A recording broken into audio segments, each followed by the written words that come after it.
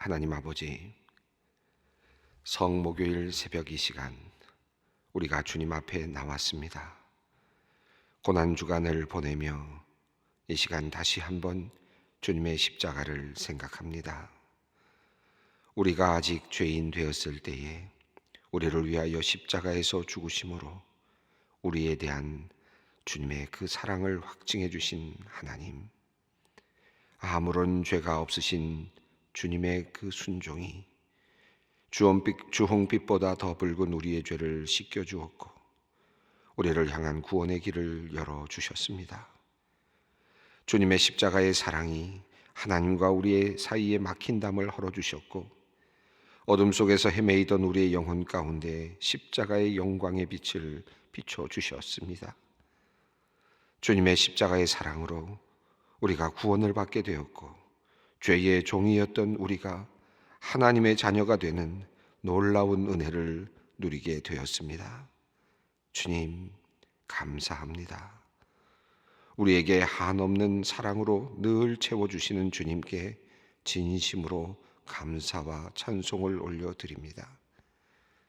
그러나 주님, 십자가에서 보여주신 주님의 사랑이 지금도 우리를 향하고 있지만 우리는 종종 그 십자가의 의미를 잊고 살아갑니다. 때로는 바쁘고 분주한 삶을 산다는 핑계로 십자가의 사랑을 잊어버리기도 했습니다.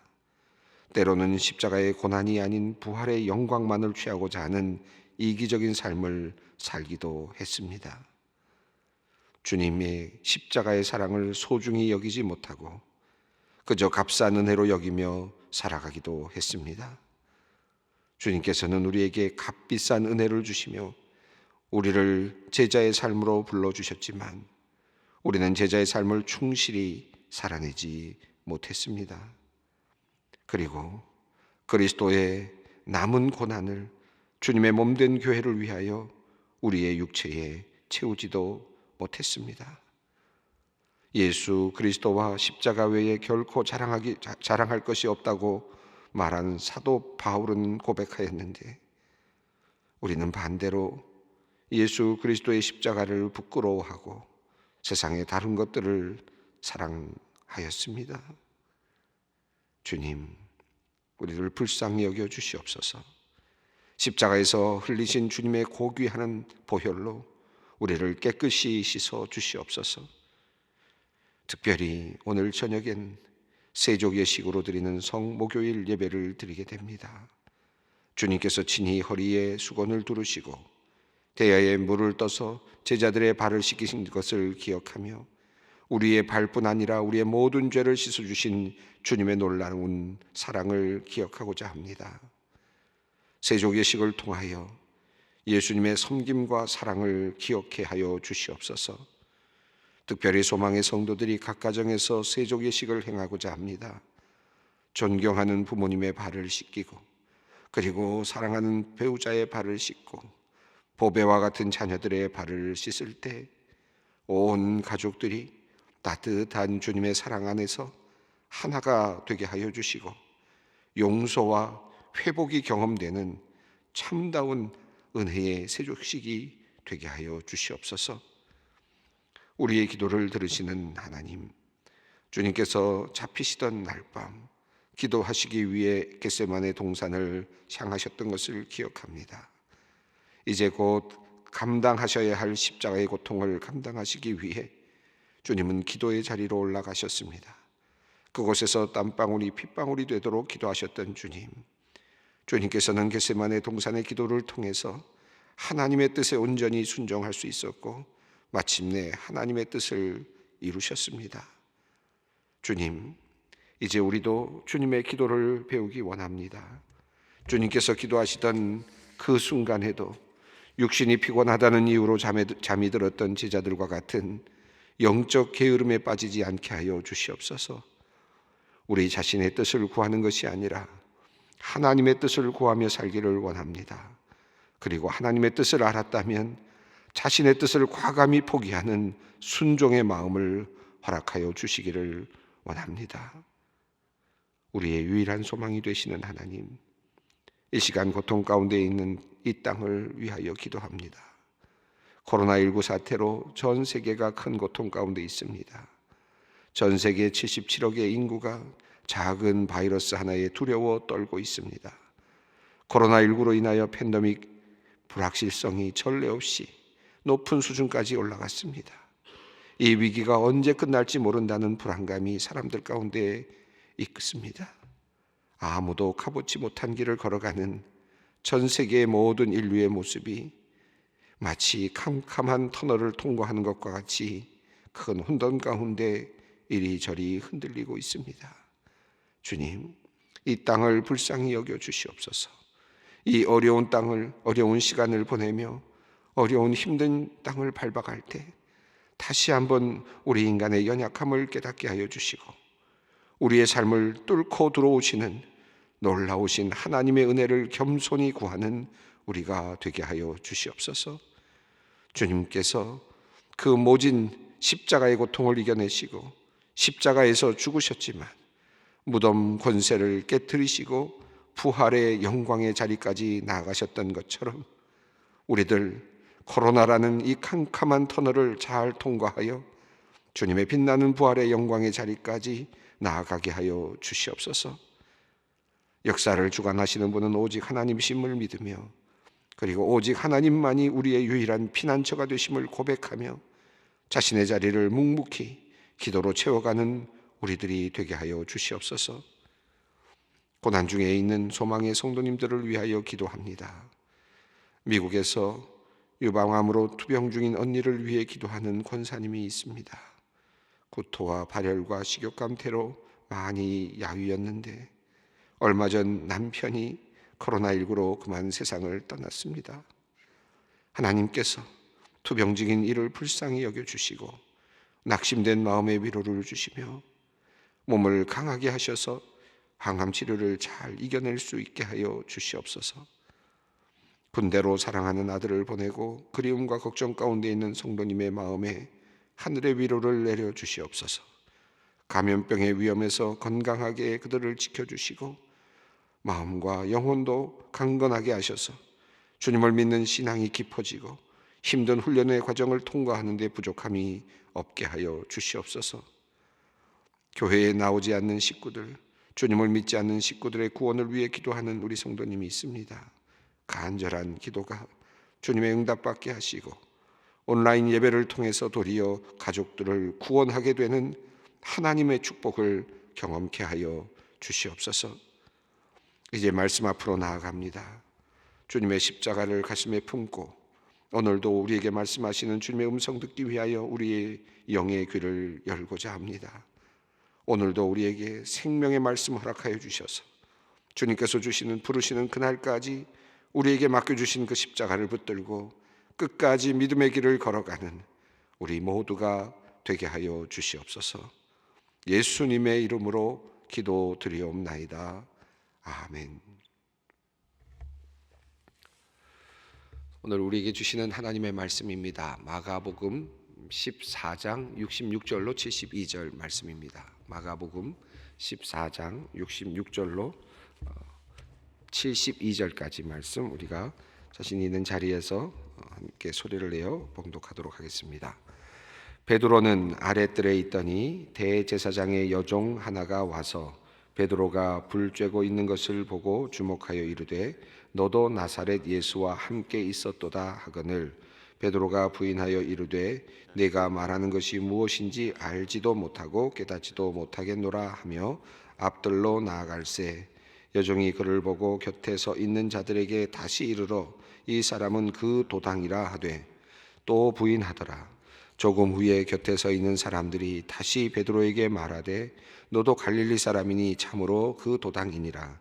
그러나 베드로가 저주하며 맹세하되 나는 너희가 말하는 이 사람을 알지 못하노라 하니 닭이 곧 두 번째 울더라. 이에 베드로가 예수님께서 자기에게 하신 말씀 곧 닭이 두 번 울기 전에 내가 세 번 나를 부인하리라 하심이 기억되어 그 일을 생각하고 울었더라. 아멘. 우리가 고난 주간을 지금 지내고 있습니다. 오늘 본문 말씀은 베드로가 예수님을 부인하는 그런 내용입니다. 여러분께서 지금 그 한 주간의 이야기를 쭉 함께 우리 새벽 기도의 말씀과 함께 따라가고 있는데, 예수님께서 첫째 날 아침 월요일 날 예루살렘 성전으로 들어가시면서 예루살렘 성전을 보고 우시는 장면이 나왔습니다. 그 예루살렘 성을 보시고 우시는 장면은 하나님께서 가까이 왔는데 알아보지 못하는, 하나님의 임재를 알아보지 못하는, 또 평화의 길이 여기에 지금 놓여 있는데 그 평화를 이루는 그 길을 보지 못하는 그 모습을 보면서 안타까워하셨습니다. 그리고 올라가셔서 성전에 올라가셔서 상인들을 내어 쫓으시면서 성전의 본래적 의미를 다시 말씀하셨습니다. 이곳은 만민이 기도하는 집이다 라고 그렇게 말씀하셨습니다. 그래서 예수님께서 이 첫째 날 그 나라를 위하여, 예루살렘을 위하여 애통해 하시고, 그리고 성전을 보시면서 애통해 하시는 그런 장면이 월요일에 있었습니다. 그리고 나서 그 다음에 예수님께서 성전에 올라가셔서 말씀을 전하시는 내용들을 우리가 살펴보았습니다. 예수님께서 말씀하셨던 내용들이 상당히 누가복음에 의하면 길게 나타나고 있는데 주된 내용은 몇 가지였습니다. 다 살펴보진 않았습니다만 예수님께서 재림하실 것이다 하는 내용을 주님께서 마지막 예루살렘에서 마지막으로 말씀하셨습니다. 또 가이사야 것은 가이사에게, 그리고 하나님의 것은 하나님께 돌리라 라는 말씀과 더불어 과부가 드리는 헌금을 보면서 모든 것을 하나님께 드렸다 하는 주님께 드리는 삶에 대한, 바치는 삶에 대한 내용을 말씀하셨습니다. 그리고 종말에 대해서 말씀을 하셨습니다. 깨어 있으라, 기도하라 하는 말씀을 하셨습니다. 예수님께서 예루살렘 성전에 올라가셔서 일관되게 하신 말씀이 하나 있는데, 특별히 굉장히 중요하게 다루면서 말씀하신 내용이 하나 있습니다. 반복적으로 나타나는 말씀이 하나 있습니다. 그것은 바로 기도하라 라고 하는 것이었습니다. 성전에 올라가셔서 주님께서 하신 말씀이 만민이 기도하는 집이다, 이것은 만민이 기도하는 집이다 라고 말씀을 하셨죠. 그리고 또 예수님께서 수훈으로 말씀하시면서 예루살렘 성에서 이제 마지막으로 말씀하시면서 재림에 대한 말씀, 그리고 종말에 대한 말씀하시면서 종말에 대한 말씀을 하시는 그 마지막 부분에서 깨어 있으라, 또 기도하라 라고 하는 말씀을 하셨습니다. 그리고 나서 우리가 지난 시간에 살펴본 대로 예수님께서 마지막으로 하셨던 일을 살펴보았습니다. 예수님께서 마지막 날 자기 자신의 몸을 스스로 움직일 수 있는, 스스로 결정해서 움직일 수 있는 마지막 기회, 그 기회를 어떻게 사용하셨는가? 예수님께서 제자들과 함께 식사를 나누셨고, 그리고 제자들에게 발을 씻어주셨고, 그리고는 그들에게 식탁을 베풀어 주시고, 그리고는 정말 이제 마지막으로 겟세마네 동산에 올라가셨습니다. 그리고 예수님은 밤이 맞도록 기도를 하셨습니다. 정말 핏방울이 되도록, 땀방울이 핏방울이 되도록 간절히 기도를 하셨습니다. 예수님께서 그렇게 기도를 하셨다 하는 내용은 앞에 나와 있는 예수님의 말씀과 어우러지고 있죠. 기도하라, 만민이 기도하는 집이다, 또 깨어있으라, 기도하라 라고 말씀하셨는데, 그 다음에 예수님께서 친히 마지막에 정말 그렇다는 것을 보여주시는, 기도야말로 가장 핵심이라는 사실을 보여주시는 삶의 모범을 보여주셨습니다. 그것이 바로 겟세마네 동산에서의 기도였습니다. 그리고 이제 일어나서 함께 가자, 제자들과 함께 떠나는 모습이 우리가 지난 시간 마지막 부분에서 보았던 장면입니다. 오늘 마가복음 14장의 앞부분에 있었던 내용이기도 합니다. 기도가 무엇인가, 지난 시간에 제가 말씀드렸습니다만, 기도는 환경을 변화시키는 때도 있죠.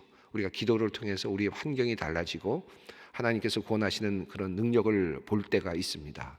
마치 홍해 바다 앞에 놓여 있을 때 하나님께 기도하고 또 손을 모세가 들었을 때 바다가 갈라지는 경험을 하게 되죠. 이것도 기도를 통해서 역사가 드러납니다. 그러니까 우리가 기도를 통해서 우리의 환경이 바뀌고 하나님의 임재하심을 보는 그런 경험들을 참 많이 하죠. 기도의 큰 의미라고 할 수 있겠습니다. 큰 혜택이라고 할 수 있고, 하나님께서 우리에게 주신 큰 선물이라고도 할 수 있겠습니다. 그런데 예수 그리스도의 그 마지막 사건에서 하나님의 뜻이 이루어져야 하는 그런 과정 가운데서 어쩔 수 없이 하나님께서 고통을 허용하셔야만 되는, 하나님의 사랑하는 사람들에게 고통을 허용하셔야만 되는 그와 같은 상황 속에서 기도는 어떤 역할을 하는가 하는 사실을 예수님의 이 고난의 자리에서 우리가 살펴볼 수 있었습니다. 예수님 앞에, 예수님의 그 고난의 자리에서 기도는 어떤 것이었습니까?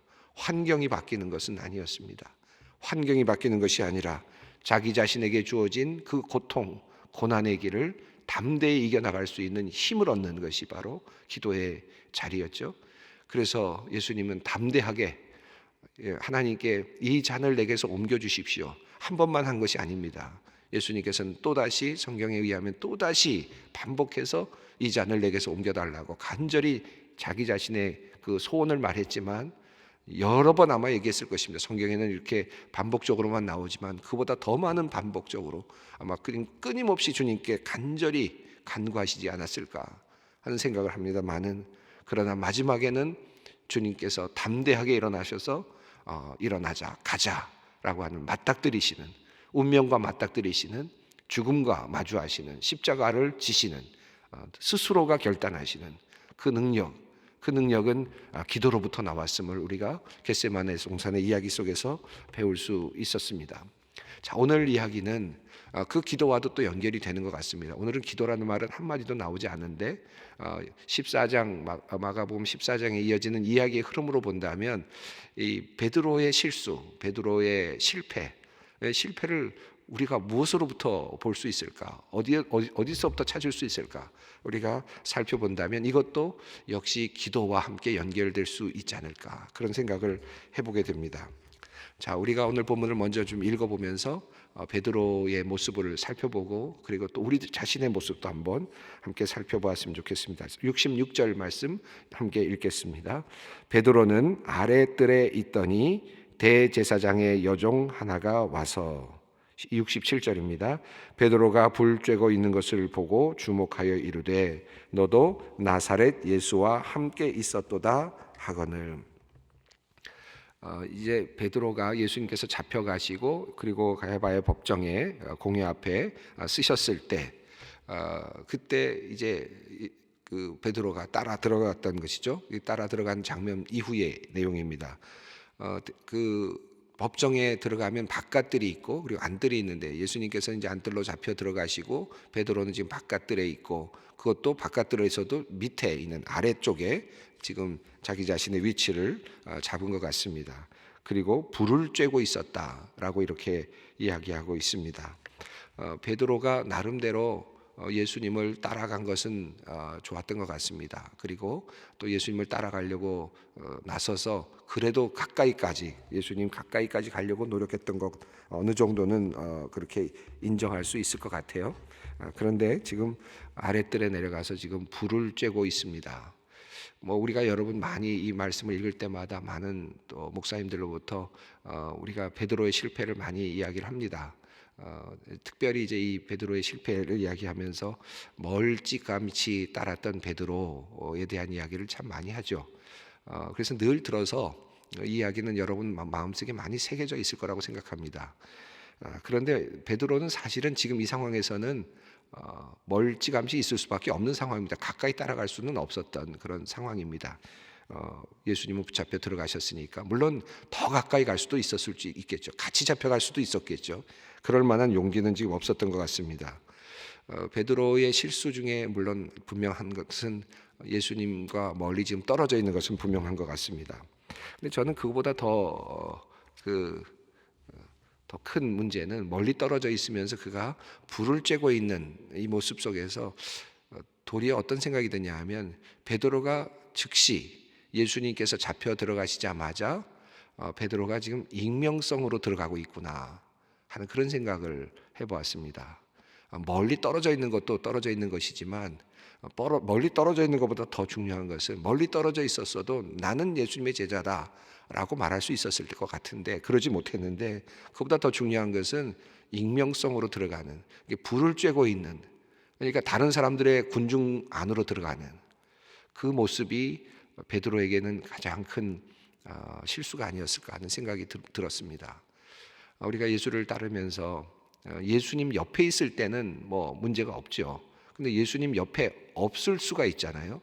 때로는 여러 가지 사정으로 예수님 옆에 있는 것이 드러나지 않을 때가 있죠.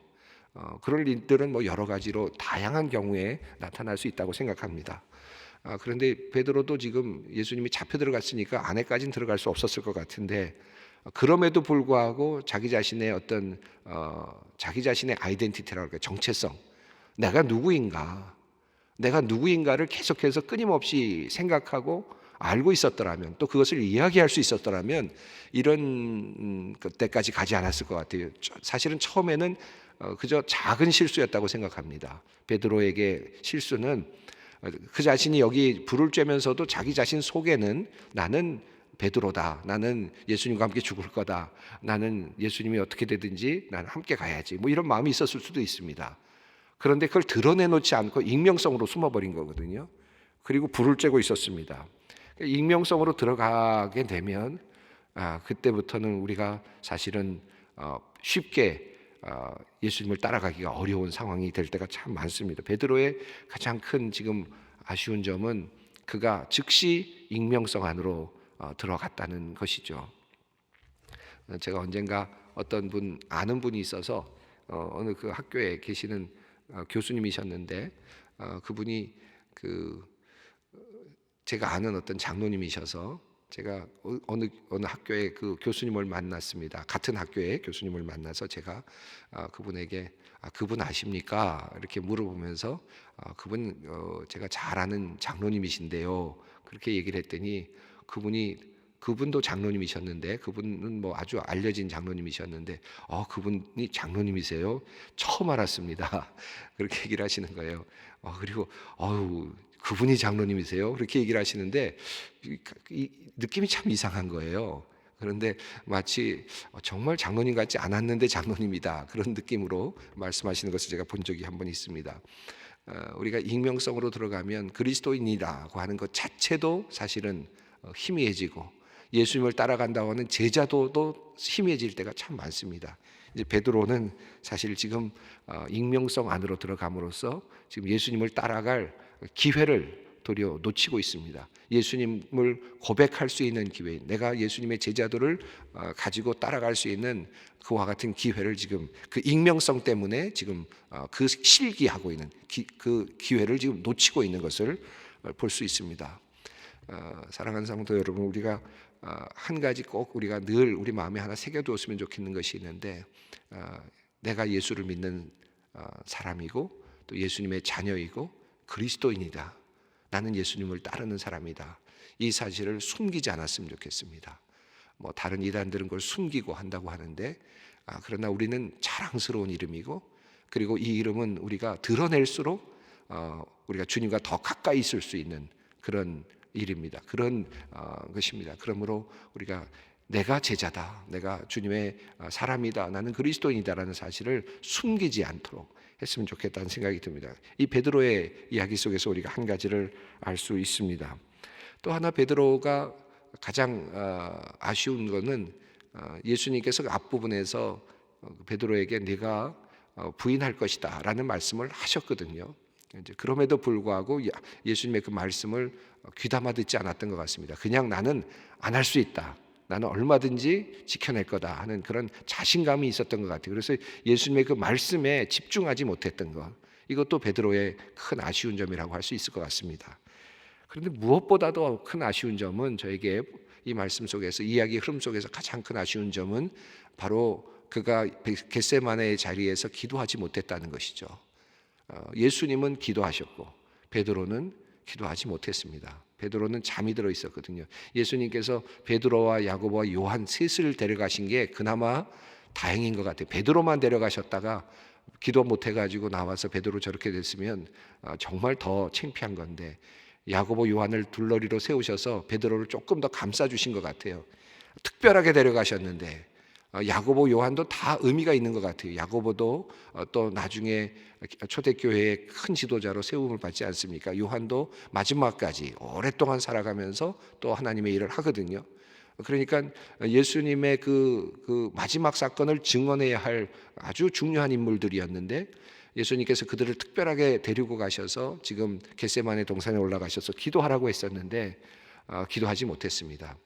예수님께서 겟세마네 동산에서 기도하라고 하셨던 그 이유는 나를 위해서 기도하라는 것도 있었지만 동시에 무엇이었습니까? 자기 자신을 위해서, 자기 자신의 믿음을 지키기 위해서 기도하라는 간절한 부탁이었는데 그것을 하지 못했습니다. 그러니까 예수님은 당당하게 그 기도를 통해서 십자가를 질 용기를 얻고 앞으로 나가시는데, 지금 베드로는 기도를 하지 못하고 그만 쓰러져 잠을 자다가 이 어려운 시간에 이 어려운 위기의 순간에 그만 그리스도인으로서의, 제자로서의 삶을 살아내지 못하는 것을 보게 됩니다. 그가 3번 이제 부인하는 내용이 나오지요.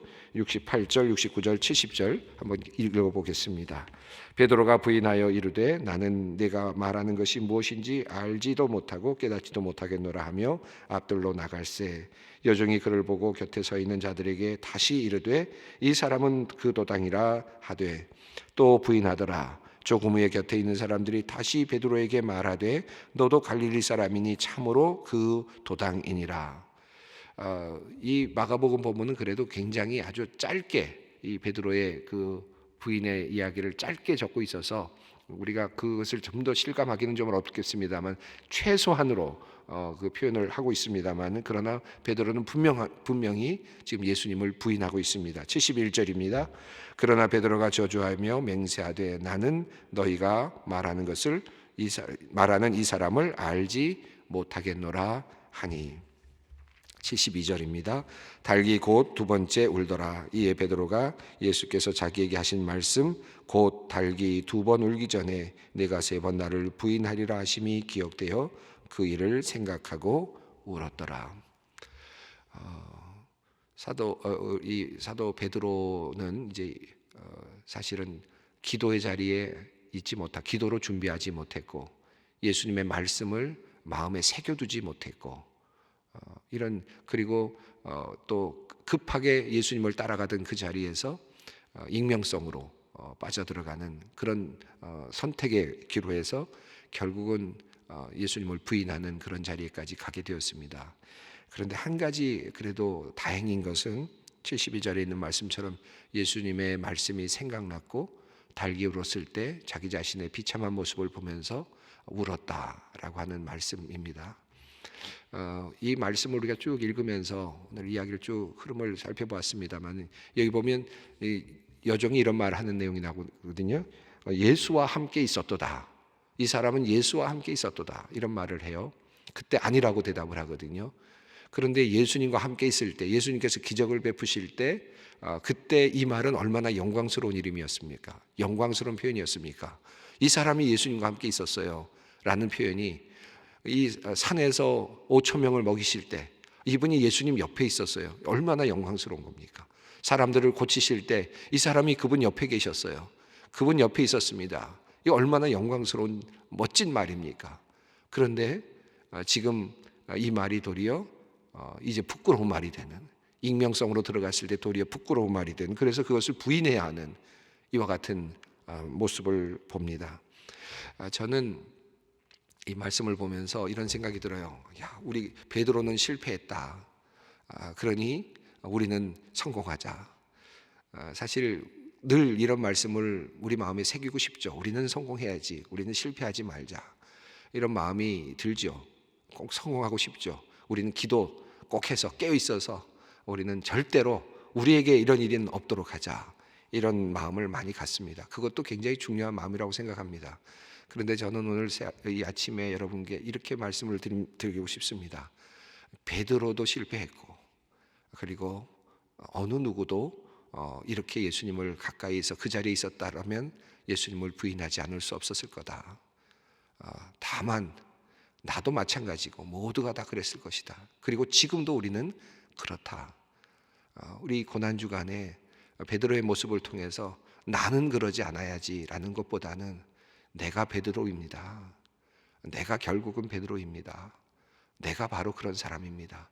나보다 더 훌륭한 베드로도 저렇게 했는데 나는 도저히 예수님을 제대로 따라갈 방법이 없습니다 하는 그런 마음으로 이 말씀을 볼 수 있었으면 좋겠다 생각이 듭니다. 저도 숨었습니다. 저도 불 쬐는 데 있었습니다. 저도 예수님 부인했습니다. 저도 예수님 모른다고 했습니다.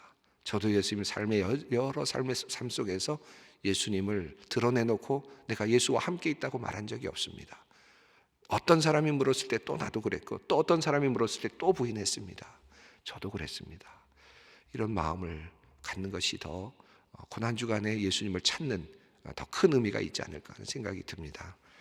우리 오늘 우리들의 삶을 다시 돌아보면서 나는 그러지 말아야지, 물론 그 마음도 있지만, 주님, 저는 부족합니다.